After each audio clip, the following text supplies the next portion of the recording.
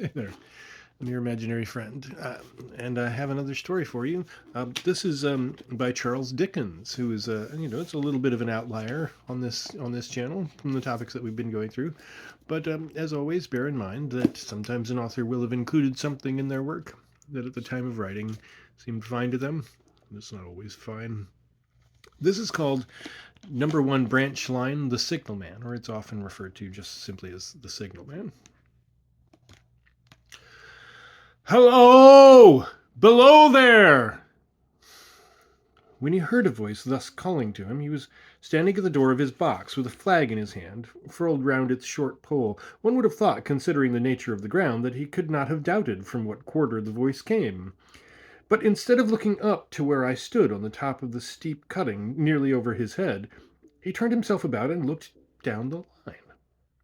There was something remarkable in his manner of doing so, though I could not have said for my life what. But I know it was remarkable enough to attract my notice, even though his figure was foreshortened and shadowed down in the deep trench, and mine was high above him, so steeped in the glow of an angry sunset that I had shaded my eyes with my hand before I saw him at all. Hello! Below! From looking down the line, he turned himself about again and, raising his eyes, saw my figure high above him. Is there any path by which I can come down and speak to you? He looked up at me without replying, and I looked down at him without pressing him too soon with a repetition of my idle question. Just then there came a vague vibration in the earth and air, quickly changing into a violent pulsation and an oncoming rush that caused me to start back, as though it had force to draw me down. When such vapor as rose to my height from this rapid train had passed me and was skimming away over the landscape, I looked down again and saw him refurling the flag he had shown while the train went by. I repeated my inquiry. After a pause, during which he seemed to regard me with fixed attention, he motioned with his rolled up flag towards a point on my level, some 200 or 300 yards distant. I called down to him, "All right!" and made for that point. There, by dint of looking closely about me, I found a rough zigzag descending path notched out, which I followed. The cutting was extremely deep and unusually precipitate. It was made through a clammy stone that became oozier and wetter as I went down. For these reasons I found the way long enough to give me time to recall a singular air of reluctance or compulsion with which he had pointed out the path. When I came down low enough upon the zigzag descent to see him again, I saw that he was standing between the rails on the way by which the train had lately passed, in an attitude as if he were waiting for me to appear. He had his left hand at his chin, and that left elbow rested on his right hand, crossed over his breast. His attitude was one of such expectation and watchfulness that I stopped a moment, wondering at it. I resumed my downward way, and stepping out upon the level of the railroad and drawing nearer to him, saw that he was a dark, sallow man with a dark beard and rather heavy eyebrows. His post was in as solitary and dismal a place as ever I saw. On either side a dripping wet wall of jagged stone, excluding all view but a strip of sky. The perspective one way only a crooked prolongation of this great dungeon, the shorter perspective in the other direction terminating in a gloomy red light, and the gloomier entrance to a black tunnel in whose massive architecture there was a barbarous, depressing, and forbidding air. So little sunlight ever found its way to this spot that it had an earthy, deadly smell, and so much cold wind rushed through it that it struck chill to me, as if I had left the natural world. Before he stirred, I was near enough to him to have touched him. Not even then removing his eyes from mine, he stepped back one step and lifted his hand. This was a lonesome post to occupy, I said, and it had riveted my attention when I looked down from up yonder. A visitor was a rarity, I should suppose, when not an unwelcome rarity, I hoped. In me he merely saw a man who had been shut up within narrow limits all his life, and who, being at last set free, had a newly awakened interest in these great works.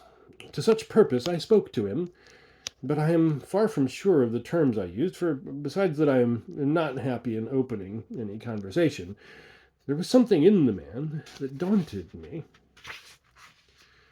He directed a most curious look towards the red light near the tunnel's mouth, and looked all about it as if something were missing from it, and then looked at me.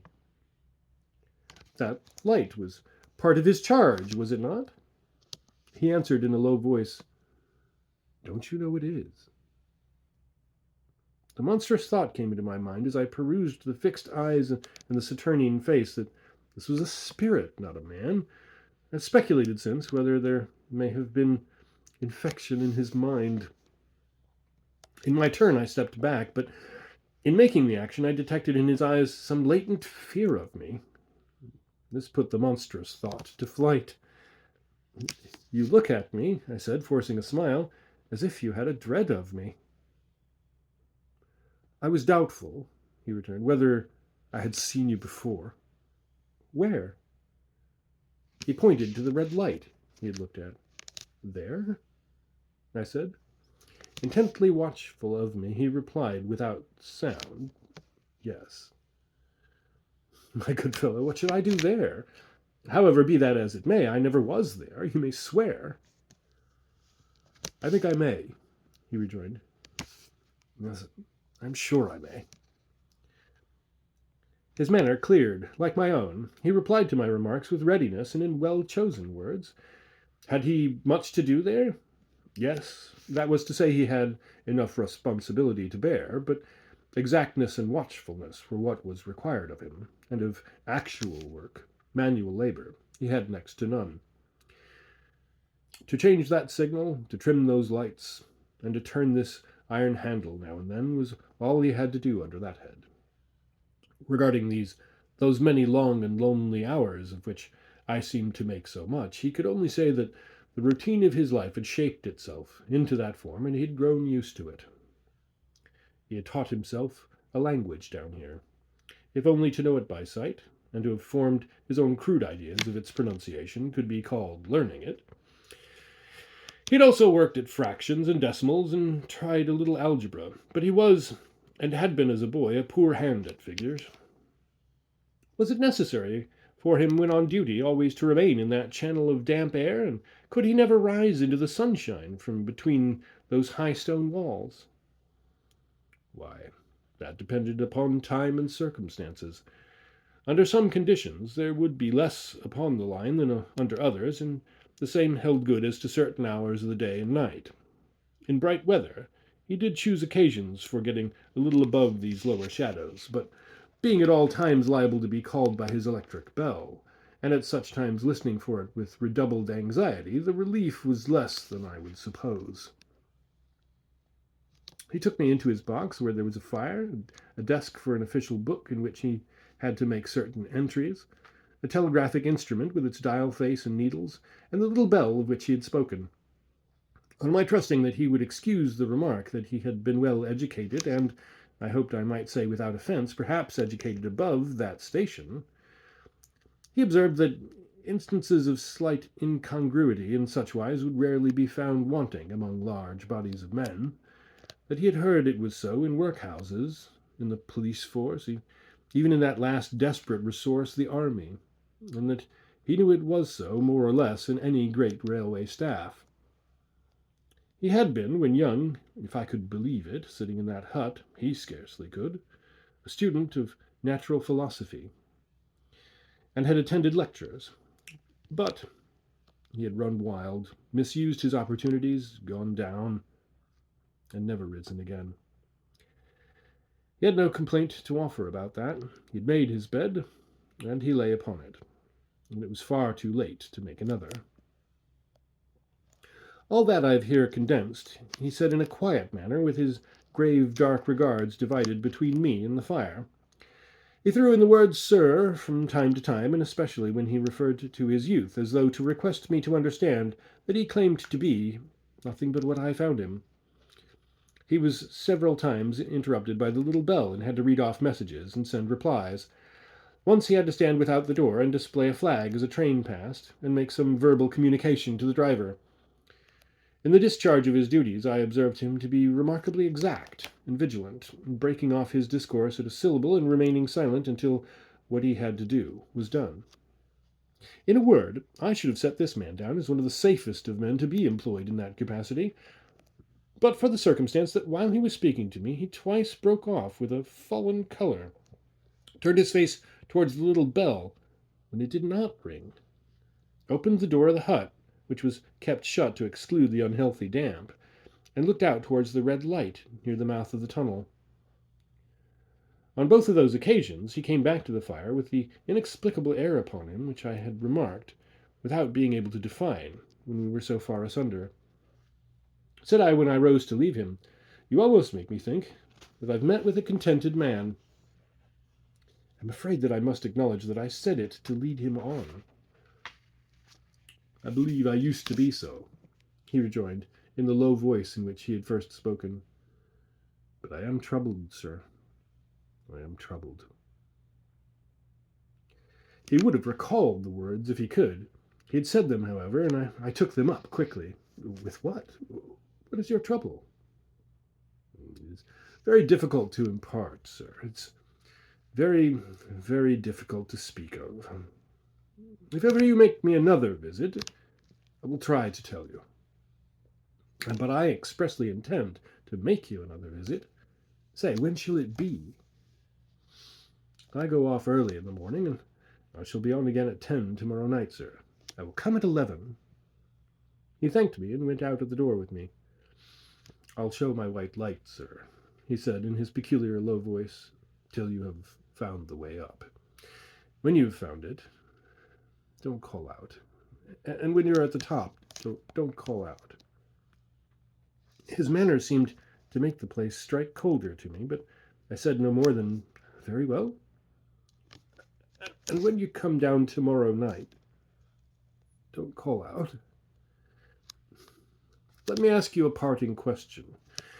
What made you cry, 'Hello, below there,' tonight?" "Heaven knows," said I cried something to that effect." "Not to that effect, sir. Those were the very words. I know them well."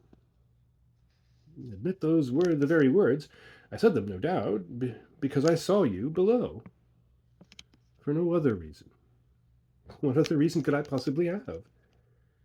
"You had no feeling that they were conveyed to you in any supernatural way?" "No." He wished me good night and held up his light. I walked by the side of the down line of rails with a very disagreeable sensation of a train coming behind me, until I found the path. It was easier to mount than to descend, and I got back to my inn without any adventure. Punctual to my appointment, I placed my foot on the first notch of the zigzag next night, as the distant clocks were striking 11. He was waiting for me at the bottom with his white light on. "I've not called out," I said, when we came closer together. "May I speak now?" "By all means, sir." "Good night, then. And here's my hand." "Good night, sir. And here's mine." With that, we walked side by side to his box, entered it, closed the door, and sat down by the fire. "I have made up my mind, sir," he began, bending forward as soon as we were seated, and speaking in a tone but a little above a whisper, "that you shall not have to ask me twice what troubles me. I took you for someone else yesterday evening. That troubles me." "That mistake?" "No. That someone else." "Who is it?" "I don't know." "Like me?" "I don't know. I never saw the face. The left arm is across the face, and the right arm is waved, violently waved, this way."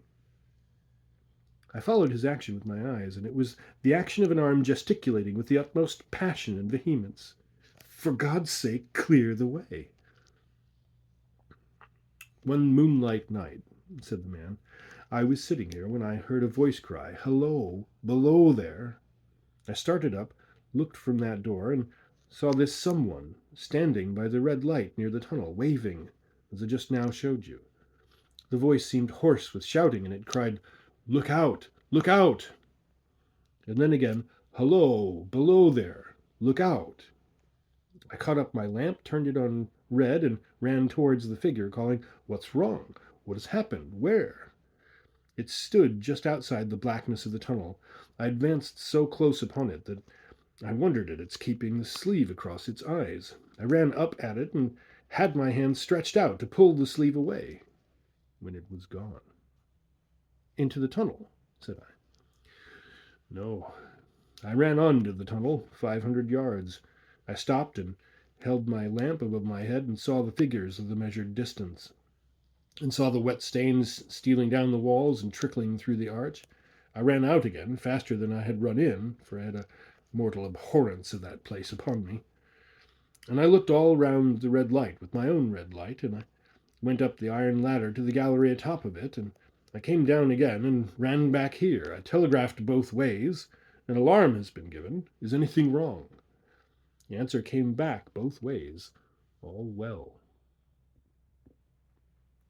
Resisting the slow touch of a frozen finger tracing out my spine, I showed him how that this figure must be a deception of his sense of sight, and how that figures originating in disease of the delicate nerves that minister to the functions of the eye were known to have often troubled patients, some of whom had become conscious of the nature of their affliction and had even proved it by experiments upon themselves. As to an imaginary cry, said I, do but listen for a moment to the wind in this unnatural valley while we speak so low, and to the wild harp it makes of the telegraph wires. That was all very well, he returned, after we had sat listening for a while, and he ought to know something of the wind and the wires, he who so often passed long winter nights there, alone and watching. But he would beg to remark that he had not finished. I asked his pardon, and he slowly added these words, touching my arm. Within 6 hours after the appearance, the memorable accident on this line happened, and within 10 hours, the dead and wounded were brought along through the tunnel over the spot where the figure had stood. A disagreeable shudder crept over me, but I did my best against it. It was not to be denied, I rejoined, that this was a remarkable coincidence, calculated deeply to impress his mind. But it was unquestionable that remarkable coincidences did continually occur, and they must be taken into account in dealing with such a subject. Though, to be sure, I must admit, I added, for I thought I saw that he was going to bring the objection to bear upon me, men of common sense did not allow much for coincidence in making the ordinary calculations of life. He again begged to remark that he had not finished. I again begged his pardon for being betrayed into interruptions. This, he said, again laying his hand upon my arm and glancing over his shoulder with hollow eyes, was just a year ago. 6 or 7 months passed, and I had recovered from the surprise and shock when, one morning as the day was breaking, I, standing at that door, looked toward the red light and saw the spectre again. He stopped with a fixed look at me. Did it cry out? No, it was silent. Did it wave its arm? No. It leaned against the shaft of the light with both hands before the face, like this. Once more I followed his action with my eyes. It was an action of mourning. I've seen such an attitude in stone figures on tombs. Did you go up to it? I came in and sat down, partly to collect my thoughts, partly because it had turned me faint. When I went to the door again, daylight was above me and the ghost was gone. But nothing followed? Nothing came of this? He touched me on the arm with his forefinger, twice or thrice, giving a ghastly nod each time. That very day, as a train came out of the tunnel, I noticed at a carriage window on my side what looked like a confusion of hands and heads, and something waved. I saw it just in time to signal the driver, "Stop."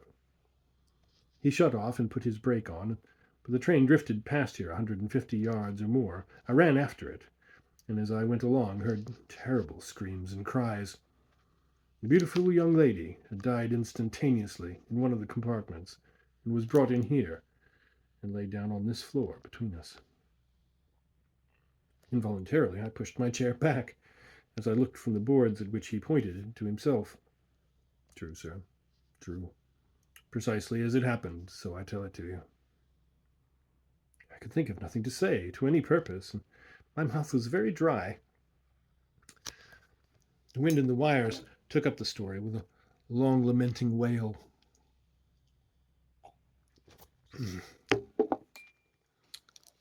He resumed. Now, sir, mark this, and judge how my mind is troubled. The spectre came back a week ago.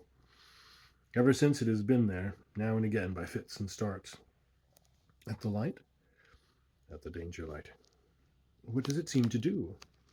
He repeated, if possible with increased passion and vehemence, that former gesticulation of, "For God's sake, clear the way!" And then he went on, I have no peace or rest for it. It calls to me for many minutes together in an agonized manner. Below there! Look out! Look out! It stands waving to me. It rings my little bell. I caught at that. Did it ring your bell yesterday evening when I was here and you went to the door? Twice. Why, see, said I, how your imagination misleads you. My eyes were on the bell, and my ears were open to the bell, and if I'm a living man, it did not ring at those times. No, nor at any other time, except when it was rung in the natural course of physical things by the station communicating with you. He shook his head. I've never made a mistake as to that yet, sir. I've never confused the spectre's ring with the man's. The ghost's ring is a strange vibration in the bell that it derives from nothing else. And I have not asserted that the bell stirs to the eye. I don't wonder that you failed to hear it, but I heard it. And did the spectre seem to be there when you looked out? It was there. Both times? He repeated firmly. Both times. Will you come to the door with me and look for it now? He bit his underlip as though he were somewhat unwilling, but arose. I opened the door and stood on the step while he stood in the doorway.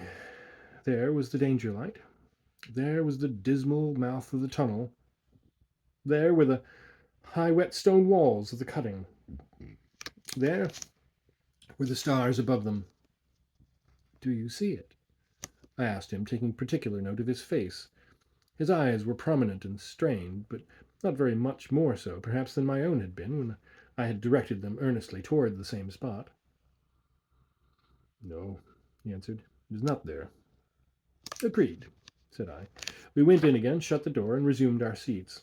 I was thinking how best to improve this advantage, if it may be called one, when he took up the conversation in such a matter-of-course way, so assuming that there could be no serious question of fact between us, that I felt myself placed in the weakest of positions. By this time you will fully understand, sir, he said, that what troubles me so dreadfully is the question, what does the spectre mean? I was not sure, I told him, that I did fully understand. What is its warning against? He said, ruminating, with his eyes on the fire, and only by times turning them on me. What is the danger? Where is the danger? There is danger overhanging somewhere on the line. Some dreadful calamity will happen. It is not to be doubted this third time, after what has gone before. But surely this is a cruel haunting of me. What can I do? He pulled out his handkerchief and wiped the drops from his heated forehead. If I telegraph danger on either side of me, or on both, I can give no reason for it, he went on, wiping the palms of his hands. I should get into trouble, do no good. They would think I was mad. This is the way it would work. Message, danger, take care. Answer, what danger? Where? Message, I don't know. But for God's sake, take care. They would displace me. What else could they do? His pain of mind was most pitiable to see. It was the mental torture of a conscientious man, oppressed beyond endurance by unintelligible responsibility involving life. When it first stood under the danger light, he went on, putting his dark hair back from his head and drawing his hands outward across his temples in an extremity of feverish distress. Why not tell me where that accident was to happen, if it must happen? Why not tell me how it could be averted, if it could have been averted? When on its second coming it hid its face, why not tell me instead she's going to die. Let them keep her at home. If it came on those 2 occasions only to show me that its warnings were true, and so to prepare me for the third, why not warn me plainly now? And I, Lord, help me, a mere poor signalman on solitary station, why not go to somebody with credit to be believed and power to act? When I saw him in this state, I saw that for the poor man's sake, as well as for the public safety, what I had to do for the time was to compose his mind. Therefore, setting aside all question of reality or unreality between us, I represented to him that whoever thoroughly discharged his duty must do well, and that, at least, was his comfort, that he understood his duty, though he did not understand these confounding appearances. In this effort I succeeded far better than in the attempt to reason him out of his conviction. He became calm. The occupations incidental to his post as the night advanced began to make larger demands on his attention, and I left him to it at 2 in the morning. I had offered to stay through the night, but he would not hear of it. That I more than once looked back at the red light as I ascended the pathway, that I did not like the red light, and that I should have slept but poorly if my bed had been under it, I see no reason to conceal. Nor did I like the 2 sequences of the accident and the dead girl. I see no reason to conceal that either. But what ran most in my thoughts was the consideration how ought I to act, having become the recipient of this disclosure. I had proved the man to be intelligent, vigilant, painstaking, and exact. But how long might he remain so, in his state of mind? Though in a subordinate position, still he held a most important trust, and would I, for instance, like to stake my own life on the chances of his continuing to execute it with precision?